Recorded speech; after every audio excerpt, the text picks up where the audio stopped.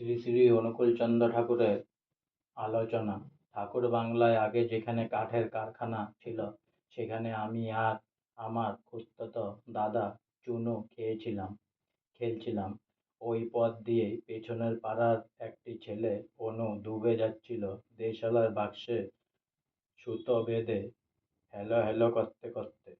সুতোর মধ্যে দিয়ে টেলিফোনের মতো কথা শোনা যায়। অনুর কাছে চাইছি যে কেমন শোনা যায় দেখতে। ও তো দেবে না। বললাম দে না, এখনই ফেরত দিয়ে দেব।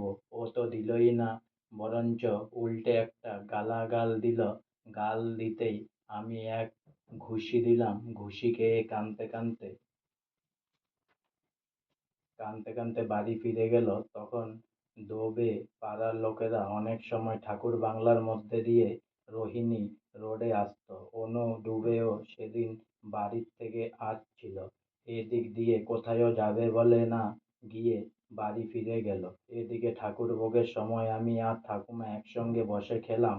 তারপর বাড়ি চলে যাই। ঠাকুমা বাড়ি যাচ্ছি প্রতিদিনে বলে যায়, সেদিন না বলে চলে গেছি। তখন নড়াইয়ের বাড়িতে আমরা থাকতাম। বাড়ি গিয়ে দেখি মেজদা বাবার পা টিপে দিচ্ছে।